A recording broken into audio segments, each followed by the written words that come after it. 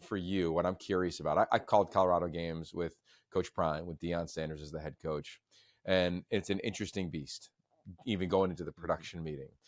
Here we sit at the NFL Combine week, and it hits me as we're talking, you're a dual sport athlete. Clearly, Deion was like one of the greatest, not the greatest. He or Bo, have the debate if you want, who is the best two-sport athlete. I'm curious for you of how, what your lens is on Colorado football, and then specifically to Shedeur Sanders. He's not going to throw at the Combine. He's going to talk. We've seen that many, many times with the top, perceived quarterbacks in the NFL draft. A lot of them haven't thrown in years past. Caleb Williams last year, it comes to mind.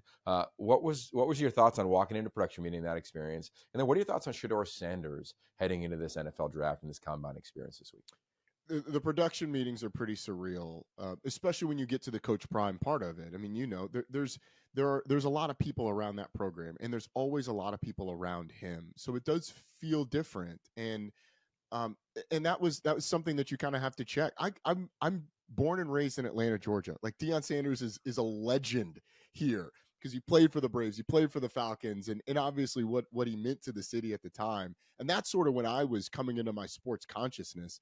So you have to sort of say, all right, I've got a job to do. You can't fanboy. We're not going to go into the high step or any of the stuff that he did during his career, and you just get down to the football questions. But he was very authentic with us, and we really appreciated there was a warmth there. He was familiar with a lot of our crew because they had done his games at Jackson State and in the Celebration Bowl, and they had done Colorado games a couple times last year. So that we had a leg up, but there was a warmth. I think the thing about Colorado as a program, and this applies to Shedeur too, is there is so much substance behind all the flash of that program and of that player that I think there's so much attention and flash that it's hard to get down to that. But the thing I was struck with was his coordinators are football guys. Pat Shurmur is a football guy, former NFL head coach. Like, he loves ball. He doesn't like the production meetings. He doesn't like the media stuff. He likes to talk ball, and he likes to coach players. And that was something that, it's not that I didn't expect it, but it really hits you in the face. Robert Livingston, same way. And I think with Shedeur, we had a chance to talk to him once, and I really didn't know what to expect, Yogi. I'm not going to lie, because the exposure that you have to him is through the media that they put out, the interviews, which I don't think he loves doing, and then you just see the fact that he's courtside at the Aces game with Mark Davis, and you see all the flash. But he was very humble with us. He was very grounded, I thought.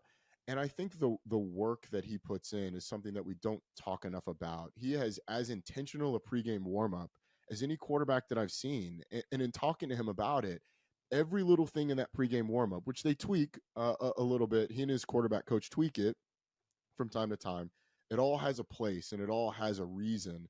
And so I actually think that he, in terms of handling being an NFL quarterback, is the most ready. Certainly, these guys are getting paid a lot, and they're money-wise, they're more prepared than they've ever been.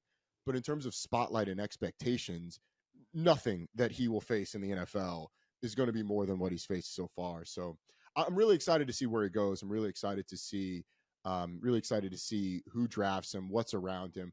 Because I think in the right system, he's an incredibly quick processor. He's got a great release. He's got great accuracy. His deep ball really improved this year, I thought. So I think he's got a shot. I think he's got a shot to be very good. Yeah, I think, if we put our NFL front office hat on or sports psychologist hat on, and these rooms, so this is what's going to happen in Indianapolis all week long, and they're going to get to Saturday and the quarterback's going to throw and he's not going to throw, but he'll have met with the majority of teams and not every team. I think they're going to ask like some very poignant questions, and one you might be able to shed some light on is, how does Shedeur Sanders navigate a locker room? Because I think he was so different than every one of his peers other than Travis Hunter. Right. And even then, he wasn't Deion Sanders' son. Like, it's just been a different deal for him. And I've always said for Deion, we called his games a year ago when they were in the Pac-12. It was the same deal. Like, production meetings it was just a force of nature. It was awesome. Like, you had to bring it. And I love production meetings. It's like you prep your butt off for production meetings to ask poignant, detailed, football-specific questions. Like, you got to have your rundown, because you don't know if that coach is heading to another meeting, just came from a challenging meeting. Like, you never know what they're coming from or going to. But I think for Shedeur Sanders, I think the world sees him and says, okay, yes, balled out everywhere he has gone. To your point, has improved as a player. You can't argue what you see on tape. I remember the first practice I saw him 2 springs ago. I came back and I called Jim Thornby, who's a producer and co-founder of this show, and I said, this is the best passer I've ever seen in Colorado in 17, 18 years. Now, Wow. Cepho Lufau, Steven Montez, Cody Hawkins, like, it's not like it was riddled with NFL players, but point being, it took one practice to say, this is the best passer. And he hadn't played a snap yet for these guys. So again, I go back to the question I think will be asked of him and of people in his circle is, how were you able to navigate a locker room? Because there is probably a perception of, we see the watch, we see the flair, we see the court side. And I wonder maybe what you have gleaned from, I think you called 4 of their games this season. Yeah. That is a great question, because I think part of that question is what's baked into part of that question is, how are you going to handle the locker room without the dad being the coach? And he allowed the players a lot of freedom to express themselves. After games, they had people on the sideline who came and put chains on the offensive linemen. Like Jordan Seaton's out there, and after they win, like he's already got a chain on, and I see a guy putting it on him. Like, that's different. But I also feel like, because he is Coach Prime's son, I feel like there were a little bit different rules for Shedeur and Travis and Shiloh. In different ways. Like, Travis's rules were different because he was playing both ways, and Coach Prime kind of setting the tone to be okay with that. Shedeur, I think everyone knew Shedeur was going to put in the work, and so I'm not saying it's daddy ball. I'm not at all accusing Colorado of that, because I don't think it was. I think Pat Shermer coached Shedeur hard, but I do think the fact that your dad is the head coach just naturally leads to you having a little bit different set of rules than everyone else. I think it's natural. And so I do wonder, how do you relate to a locker room when your dad isn't the figurehead? Your dad isn't the person that makes all the decisions. And when you have guys that he will be walking into a locker room for the first time with guys that have more money than him. How does that play out? He will be walking into a locker room with guys that are drastically more accomplished, because when he got to Jackson State, he was the best quarterback in the SWAC as soon as he walked in. When he got to the Pac-12, it was a hungry team. It was a bunch of guys that were all grinding towards the same thing. You're going to get to the NFL, there's going to be established players who know more than you, who are more accomplished, who have more. I think it's a question with any quarterback draft in the first round. I think he will go in with the humility. And again, it's an NFL coaching staff that they have. A lot of guys have spent time in the league. His dad obviously played in the league forever. He's been around NFL players for his whole life. I don't think it will be a shock. And I think they will let him know what to prepare for. What are the things you're going to have to look for? I'm sure he talks to guys in the league now because of friendships or connections or whatever. So I think he'll be prepared for it, but it's different when you get there. So it's a great question. I don't know. Yeah, I think he's going to be just fine.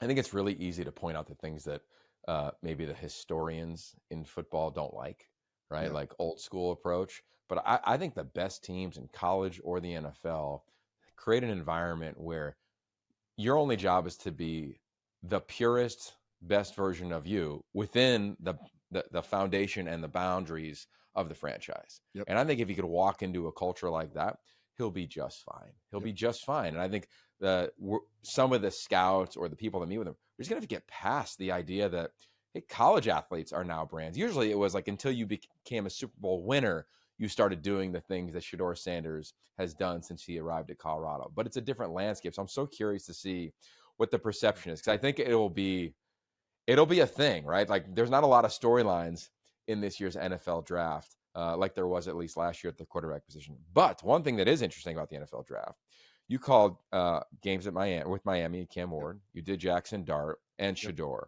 So I'm going to put you on the spot a little bit here on this one. Like, when you look at those three, they seem to be the conversation. I throw Dylan Gabriel in there as well. He won't get drafted as high as either Cam or Shedeur, I'd imagine. But where do you think you net out? Like, if you had to pick a guy, having seen 3 of those 4 in person, I know you've watched a ton of Dylan as well. Mm-hmm. Where would your head go if you were running a franchise now?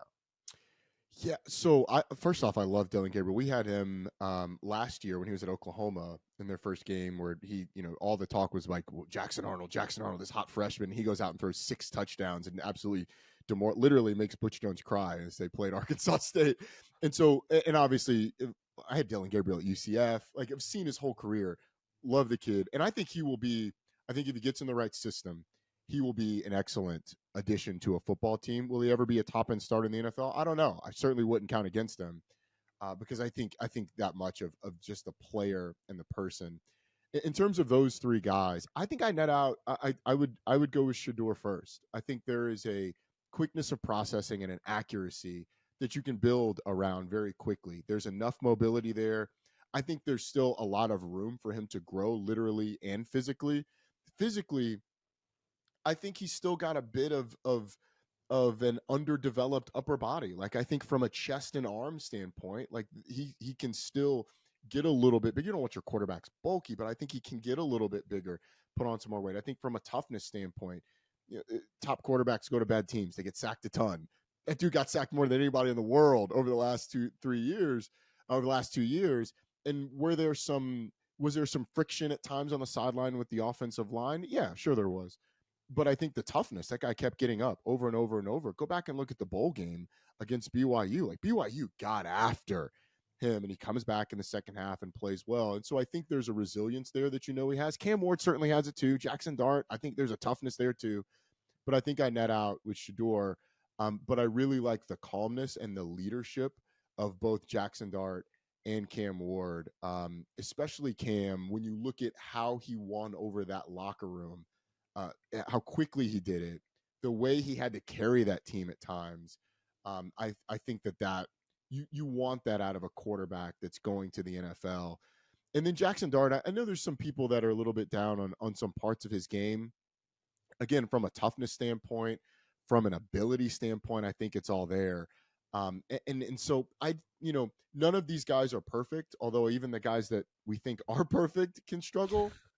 But I think I would net out with Shedeur just because of the accuracy and all the way he's been prepared really his whole life for this thing. Yeah, I think I would too. And I think I'd take Sam Darnold over all of them. So it's like, what will happen? Who knows? How about that resurgence, man?